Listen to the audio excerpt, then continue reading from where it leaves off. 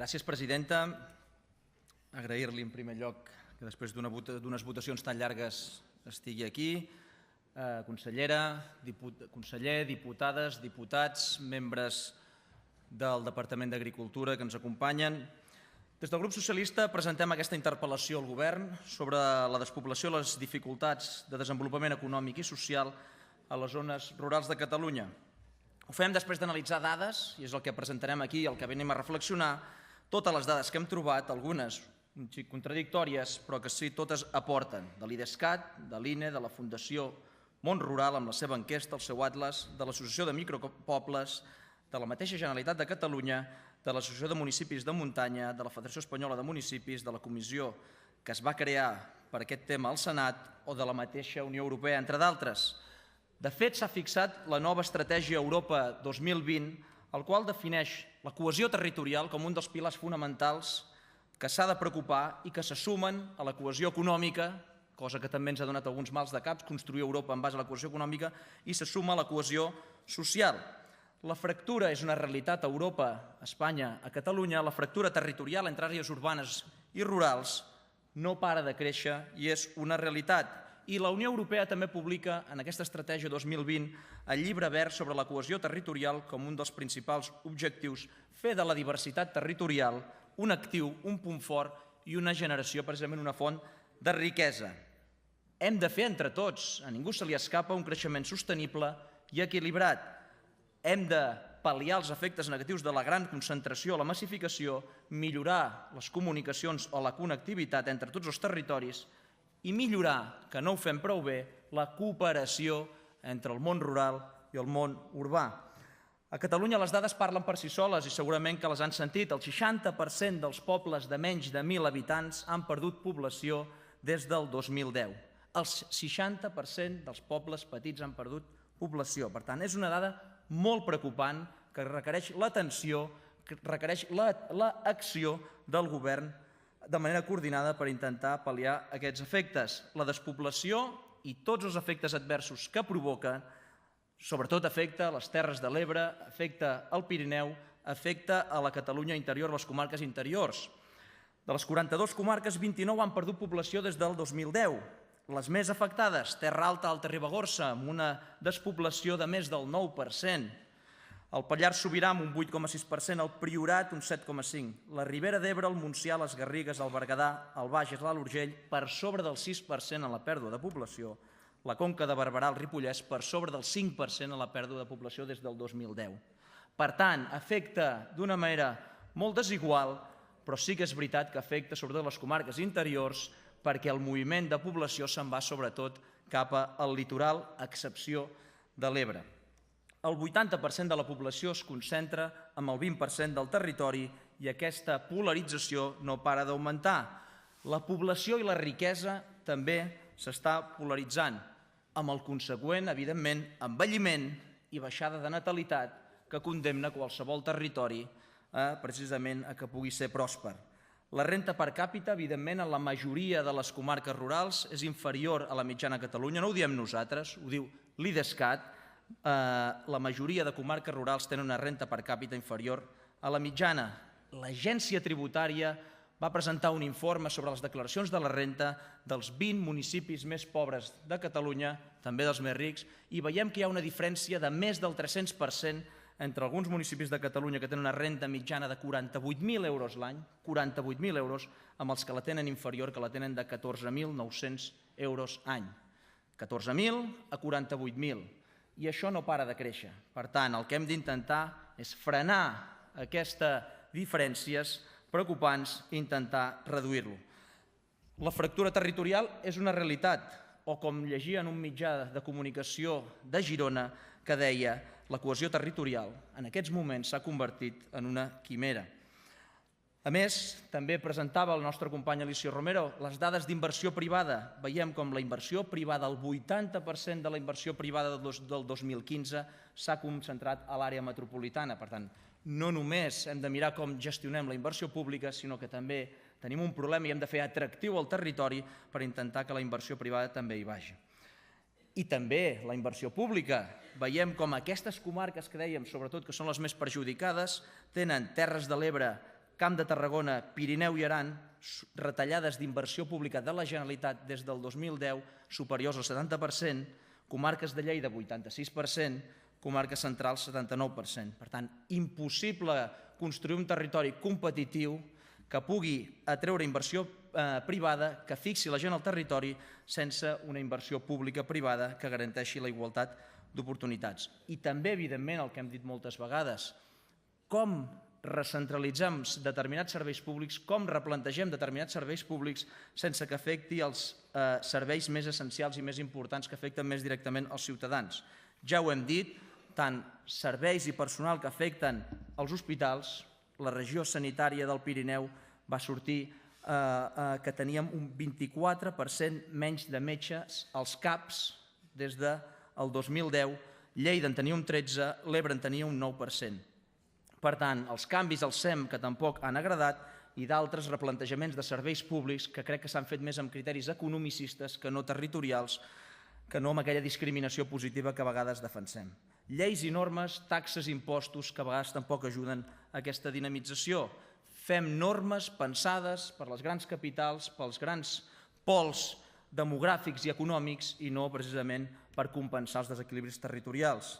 Els efectes negatius no són al territori, són arreu de Catalunya i fins i tot Barcelona patirà, evidentment, si la resta del territori no és competitiu. L'abandonament de pobles que comporta abandonament de terres, que comporta o pot comportar problemes mediambientals per la saturació i també, evidentment, hi ha llocs que tenen problemes de contaminació i això anirà en augment si anem massificant els territoris.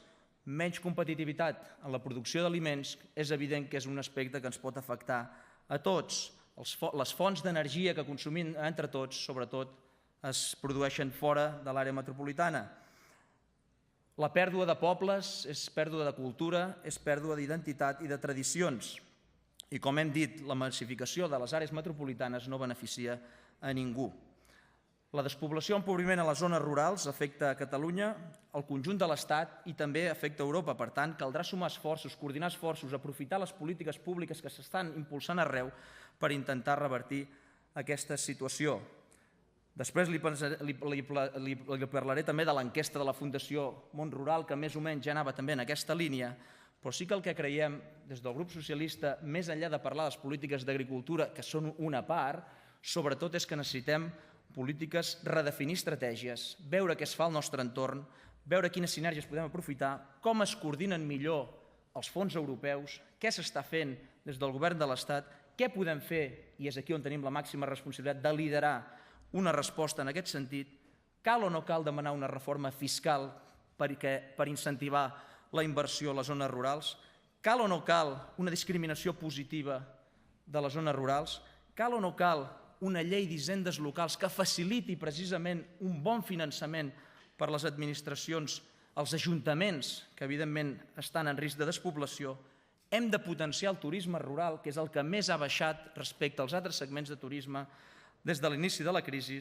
Com fomentem l'emprenedoria i l'empresa a les zones més despoblades? Per tant, tenim molts i molts reptes que els hem d'afrontar i no els pot afrontar la consellera d'Agricultura sola, no els pot afrontar el govern de la Generalitat sols, que també, sinó que evidentment ho hem de fer de manera coordinada i de manera global.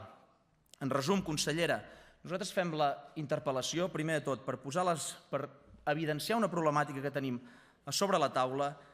Creiem que cal garantir la cohesió territorial, creiem que els desequilibris demogràfics i la riquesa s'ha de redistribuir de manera justa i com més s'agreugin aquestes diferències, més ens afectarà a tots plegats. Per evitar-ho, nosaltres, a grans trets, creiem que cal dades fidedignes, un bon observatori de què és el que està passant, una estratègia coordinada, com deien, veure quina inversió pública en infraestructures és imprescindible i necessària, veure, com dèiem, quines mesures fiscals de serveis públics o de dinamització econòmica hem d'aplicar. Per acabar, consellera, molts pobles estan desapareixent, no tots, el país és molt divers, però molts pobles estan desapareixent. Alguns pobles que també, més dels que voldríem, s'estan empobrint i molts no poden esperar. Per tant, nosaltres creiem que la competitivitat de Barcelona, la competitivitat de les grans àrees metropolitanes dependrà també de la prosperitat i del bon fer de la resta del territori i, sobretot, també dels pobles rurals. Gràcies, consellera, presidenta, diputades, diputats. Gràcies, senyor Deix. A continuació respon la senyora Meritxell Serret, consellera d'Agricultura, Ramaderia, Pesca i Alimentació.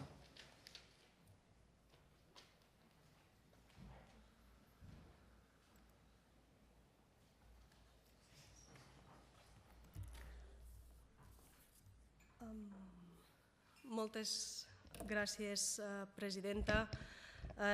Diputat, la veritat és que s'agraeix poder fer una interpel·lació, els que venim i que som aficionats al que és el món rural, agraïm sempre poder tenir un espai i uns moments per debatre sobre aquesta realitat que sovint se sent incompresa, i ho vam dir amb motiu de les tractorades que vam fer al sector agrari. Per tant, s'agraeix molt la interpel·lació. Jo crec que heu citat una sèrie d'estadístiques i crec que correspon que entre tots reflexionem molt sobre el que dèieu, com és Catalunya.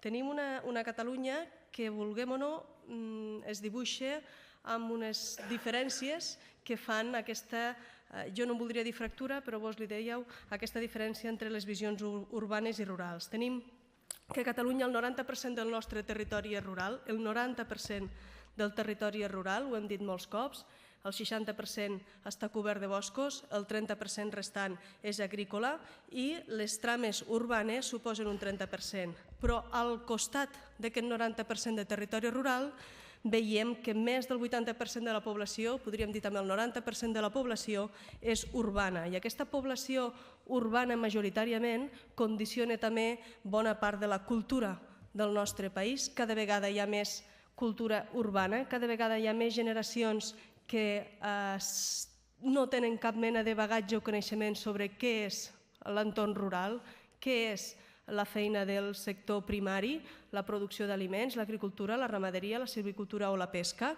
Per tant, viuen alienats d'aquesta realitat i també tenim, com bé heu dit, una economia molt urbana, molt fonamentada en aquells sectors més propers a aquesta població tan urbana i, a més, amb també una dinàmica i una perspectiva que està allunyada també d'aquells cicles que imposa la ruralitat, que són uns cicles de retorn dels beneficis de les activitats més llargs. Només cal ficar com a exemple el sector forestal, on els retorns poden trigar 40 o 30 anys, i alhora també uns marges de benefici mai tan grans, sinó que sempre parlem de marges curts de benefici i un ritme bastant més alentit del que estem acostumats a nivell de beneficis i de polítiques fiscals. Per tant, o financeres, perdó. Per tant, tenim un territori molt rural però una població molt urbana i el gran repte que tenim com a país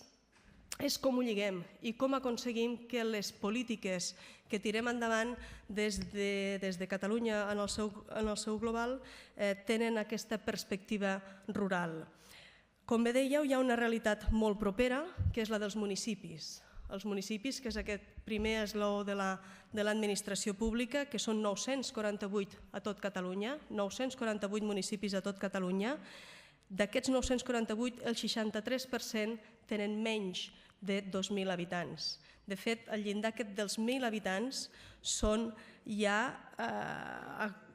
un percentatge molt important de municipis i que tots aquests municipis de menys de 1.000 habitants gestionen o acaparen més del 50% del territori de Catalunya i suposen només un 2,6% de la població. Per tant, aquesta dualitat que implica de poca població gestionant i fent-se responsable d'un percentatge molt important del nostre territori és el que hem de ser capaços d'anar incorporant cada vegada més en les perspectives de les nostres polítiques. Com bé dèieu, hem patit uns anys del 2008 al 2015 que coincideix amb la crisi econòmica de regressió a nivell de població en les zones rurals. Val a dir també que d'alguna manera és equivalent a aquesta regressió amb el que van augmentar la població a les zones rurals entre el 2001 i el 2008. I, efectivament, les heu citat, hi ha unes 13 comarques que tenen un creixement natural zero, és a dir, no augmenten, malgrat hi puguin haver migracions, però el que és el creixement natural no augmenta, i hi ha també unes 6 comarques que tenen un 20% de població de més de 85 anys, és a dir, un sobreenvelliment, que és el que sempre hem dit a les zones rurals. L'èxode, aquest degoteig, bàsicament afecta també a la qualitat de vida en tant que hi ha cada vegada més gent gran i la gent jove emigra.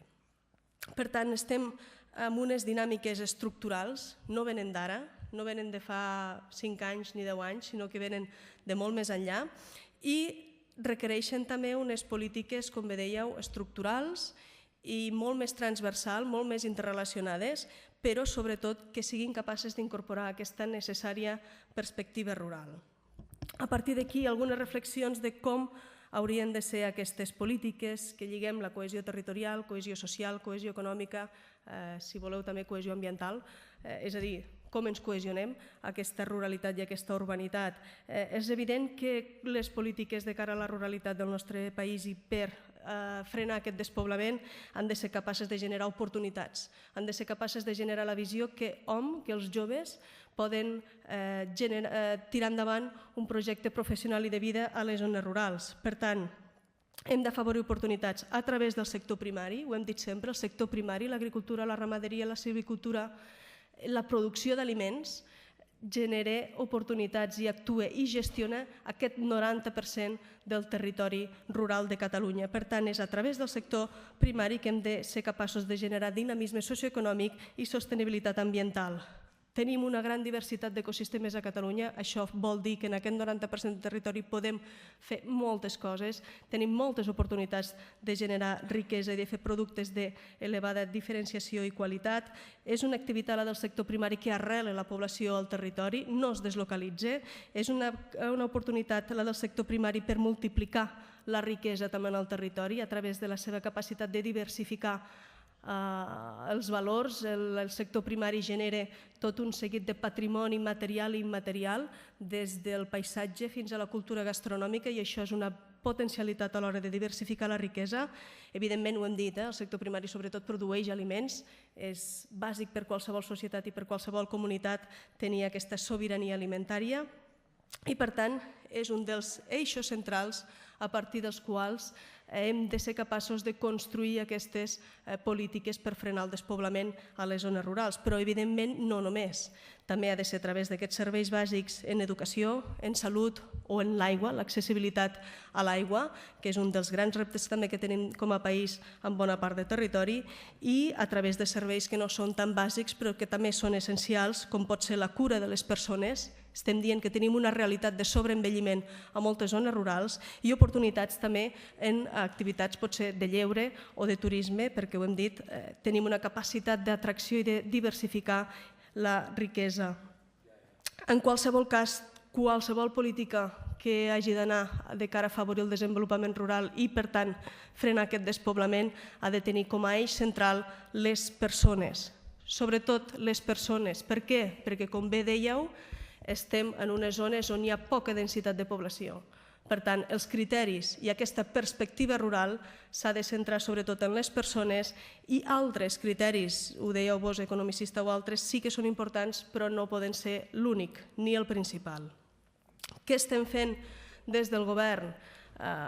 Des del govern, i sobretot per la part que ens toca des del Departament d'Agricultura, Ramaderia, Pesca i Alimentació, que tenim també forestal i desenvolupament rural, estem intentant impulsar al màxim aquestes polítiques estructurals, aquestes polítiques transversals, i cada vegada més que incorporin aquella perspectiva rural. Heu citat la Fundació del Món Rural, sens dubte és una d'aquelles eines que es van generar ja fa més de 10 anys al voltant i sota l'òrbita del Departament d'Agricultura per fomentar aquesta visió transversal del que és el desenvolupament rural, per fomentar aquesta capacitat de generar oportunitats a través de polítiques que siguin transversals i participades per diferents actors i departaments.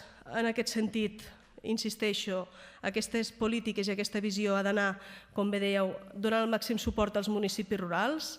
Tenen baixa població però moltes hectàrees a gestionar i una elevada dispersió a vegades dels nuclis i de la població. Per tant, aquí tots els treballs amb l'Associació de Micropobles i altres entitats municipalistes són importants. Estem impulsant llei de muntanya, estem impulsant llei d'espais agraris, que és molt important per a aquesta activitat de gestió que es fa en el territori, en allò que no és urbà, que fins ara semblava un espai lliure, doncs no és un espai lliure, és un espai productiu, és un espai agrari, a través de totes les infraestructures, siguin viàries, siguin de noves tecnologies de la informació i la comunicació, sigui regadiu o aigua, o siguin energètiques, que és el gran repte i oportunitat de futur també pel territori rural, totes les polítiques que apliquem al sector primari, des del PDR però més enllà, hem de fer polítiques que generin rendes a partir de la producció, totes les polítiques de diversificació, els líders, la xarxa d'ateneus cooperatius que s'impulsen des de treball, però sobretot, les polítiques que vagin a afavorir relleu generacional. Relleu generacional que és que joves i sobretot també dones han de ser el gran motor de canvi i som element indispensable pel desenvolupament rural i per frenar el despoblament. Com deia al principi, tinguem capacitat de fer projecte professional i de vida al medi rural. I sobretot, en aquesta visió transversal, en aquestes eines, com bé sabeu, necessitem recursos, necessitem a vegades competències que no tenim i per això també estem desenvolupant tot un projecte de país per, en el fons, afavorir polítiques que frenin el despoblament rural. Gràcies. Gràcies, consellera. Té la paraula el senyor Ordeig.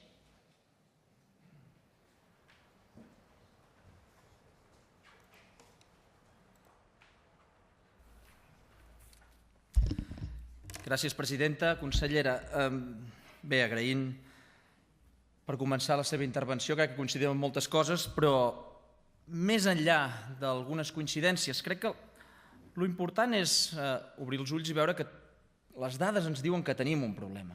Tenim un problema segurament primer o fa des del 2010 o des del 2009 per la crisi econòmica, un problema evidentment d'alguns factors exògens que no depenien tant de nosaltres, que les coses canviaven molt de pressa, però és que jo crec que ara estem en una altra derivada que se suma a la crisi amb una recuperació de diferents velocitats.